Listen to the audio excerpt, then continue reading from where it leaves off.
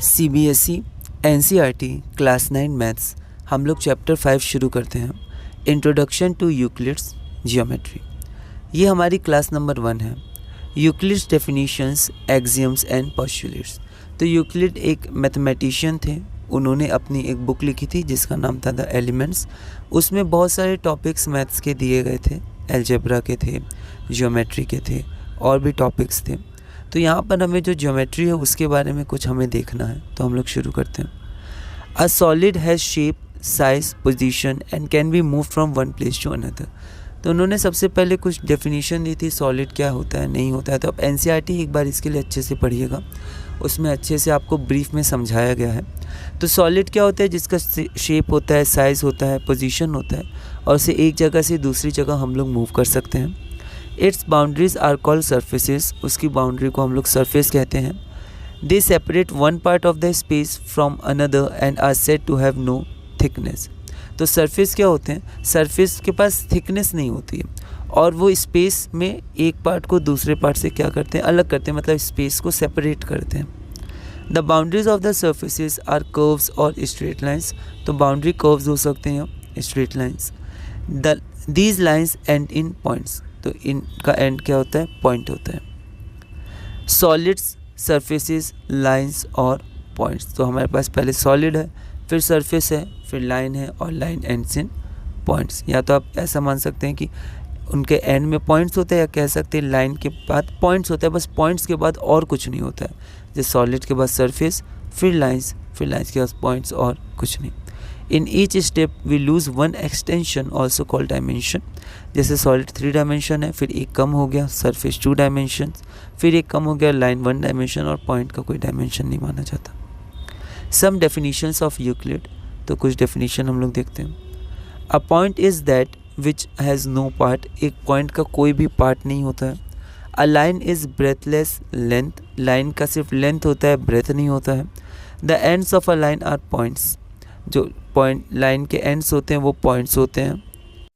A straight line is a line which lies evenly with the points on itself.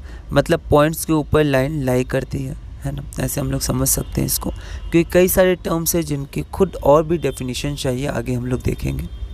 A surface is that which has length and breath only. उसके पास सिर्फ length और breath होती है, 2D होता है वो। The edges of a surface are line. उसके एज लाइन्स होते हैं, जैसे लाइन्स के एंड्स पॉइंट्स होते हैं। A plane surface is a surface which lies evenly with the straight lines on itself. तो स्ट्रेट लाइन से आपका एक सरफेस बन जाता है, वैसे पॉइंट से आपका लाइन बन सकता है। ऐसे आप इसको सोच सकते हैं अभी। To define one thing we need to define many other things. तो हमने देखा ये जो डेफिनेशन में बहुत सारे डेफिनेशन हमें और चाहिए। जैसे यहाँ पार्ट मतलब क्या होता है, लेंथ मतलब क्या होता है, ब्रेथ मतलब क्या होता है, ये इवनली मतलब क्या होता है, ठीक है।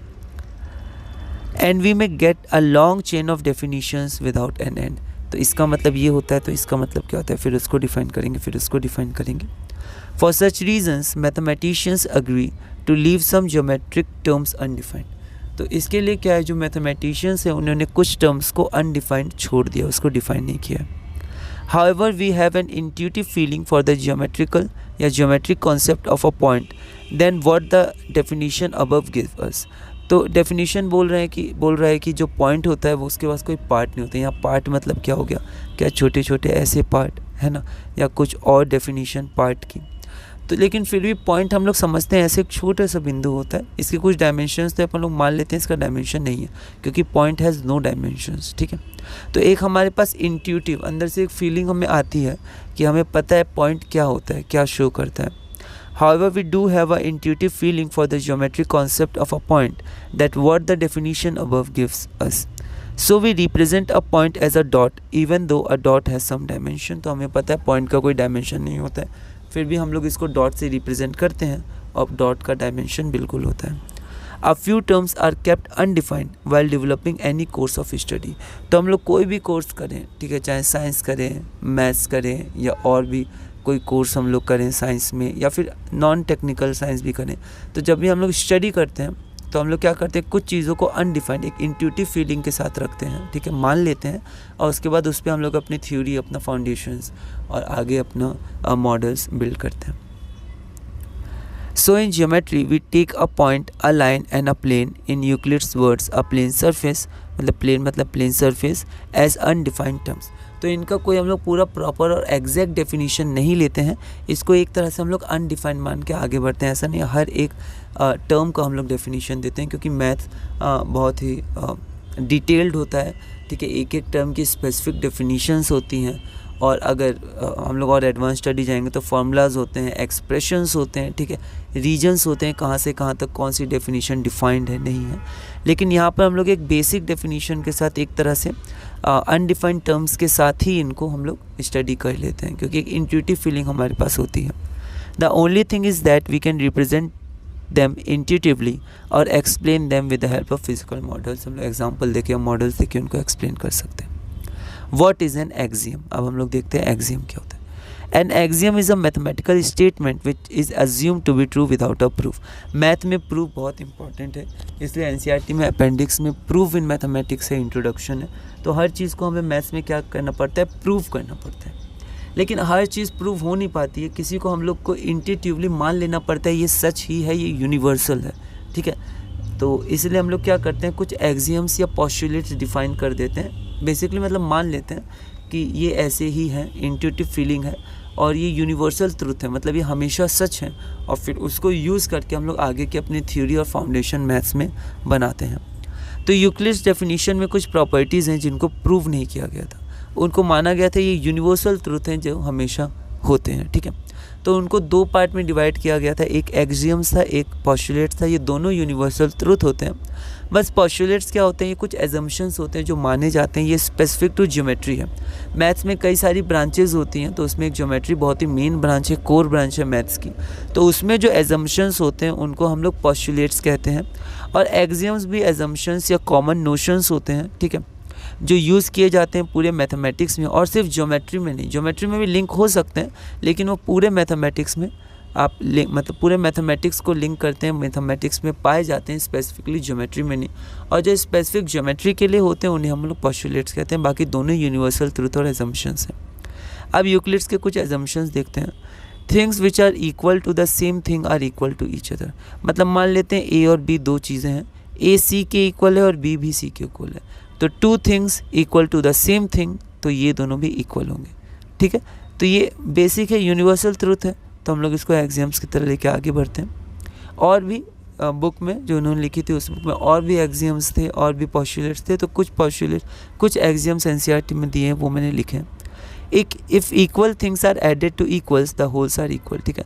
तो अगर हमारे पास दो इक्वल है 2 and 2, अगर दोनों में हम लोग इक्वल थिंग्स ऐड करेंगे, जैसे +3 तो फिर जो हमारे पास आंसर आएगा वो भी आपका इक्वल ही आएगा।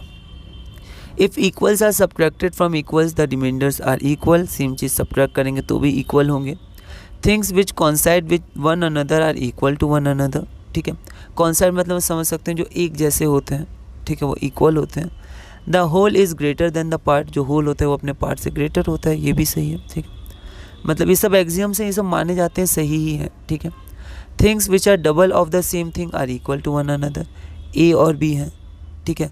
Things which are double of the same thing, A C का डबल, अच्छा ए और सी है तो ए और हम लोग पहले बी मान लेते हैं, ठीक है।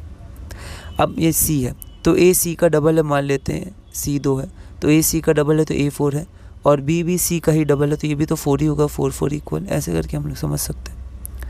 Things which are double of the same things are equal to one another, things which are half of the same things are equal to one another. अब यहाँ पर हम लोग देखते हैं, जैसे एक शब्द आया था कॉमन नोशंस, यहाँ पर एक्सियम्स में कॉमन नोशंस, तो यहाँ पर हम देखते हैं कॉमन नोशंस क्या होते हैं। तो ये मैग्नीट्यूड्स होते हैं, कुछ मैग्नीट्यूड्स हो सकते हैं, ठीक है, वैल्यूज़ हो सकती हैं, और अगर हम लोग ज्योमेट्री में देखेंगे तो हम लोग एरिया हो सकते हैं, एरियाज़ होते हैं, वॉल्यूम्स होता है, लेंथ होता है, ब्रेथ होता है। तो कॉमन नोशंस क्या होते हैं, कुछ मैग्नीट्यूड्स होते हैं सेम काइंड के। फॉर एग्जांपल हम लोग एरिया ले लिए, तो यहाँ पर जो हमारा पहला एग्जाम एनसीईआरटी में दिया हुआ था वो था things which are equal to the same things are equal to one another. तो ये ऑर्डर में नहीं है बुक के हिसाब से, लेकिन ये कुछ एग्जाम्स लिखे हुए हैं। तो things which are equal to the same things are equal to one another. तो देखिए यहाँ पर ये ट्रायंगल है, एरिया ऑफ ट्रायंगल। अब मान लेते हैं एरिया ऑफ ट्रायंगल क्या है, एरिया ऑफ रेक्टेंगल है, और area of rectangle area of square है। तो आप देख सकते हैं area of square and area of rectangle are two things which are same to the मतलब equal to the same thing, that is area of rectangle. So area of triangle and area of square are equal. ठीक है, ये हमारे पास हो गया. अब हम लोग देखते हैं magnitudes of the same kind can be compared. तो जो सेम काइंड होते हैं मैग्नीट्यूड्स, उनको हम लोग कंपेयर कर सकते हैं, but magnitudes of different kinds can not be compared. जैसे हम लोग एग्जांपल लें तो a line can not be compare to a rectangle and an angle can not be compare to a pentagon. ठीक है, अलग अलग है ये. तो इसी के साथ हमने क्लास नंबर 1 पूरा किया. कुछ बेसिक बातें हमने देखी. ठीक है, तो इसको आप एक बार रीड कर सकते हैं, इससे आपका थोड़ा इंटरेस्ट बढ़ सकता है. इसमें से कोई क्वेश्चंस आपके एग्ज़ाम्स में ऐसे डायरेक्टली नहीं पूछे जाते हैं. ठीक है, लेकिन फिर भी एक आप इंटरेस्ट रख सकते हैं आगे के लिए, अगर आपको आगे जाना है मैथ्स में और आगे स्टडी करनी है. ठीक है, और वैसे हम लोग इसका और भी स्टडी करेंगे जो हम लोग के एग्ज़ाम के लिए इम्पॉर्टेंट है और आगे के लिए भी इम्पॉर्टेंट है. ठीक है, तो क्लास 1 में हमने कुछ बेसिक बातें देखी. एनसीईआरटी आप रीड कर सकते हैं ब्रीफ में. और क्लास 2 में हम लोग क्या करेंगे कि हम लोग यूक्लिड्स 5 पोस्टुलेट्स देखेंगे. जो 5 पोस्टुलेट्स हैं यूक्लिड्स के, उनको हम लोग देखेंगे, हल्का हल्का समझने की कोशिश करेंगे. तो क्लास 1 हमने पूरा किया. अगली वीडियो में हम लोग क्लास नंबर 2 शुरू करेंगे, चैप्टर नंबर 5 कंटिन्यू करेंगे और धीरे धीरे अपने CBSE NCERT क्लास 9 मैथ्स में आगे बढ़ेंगे.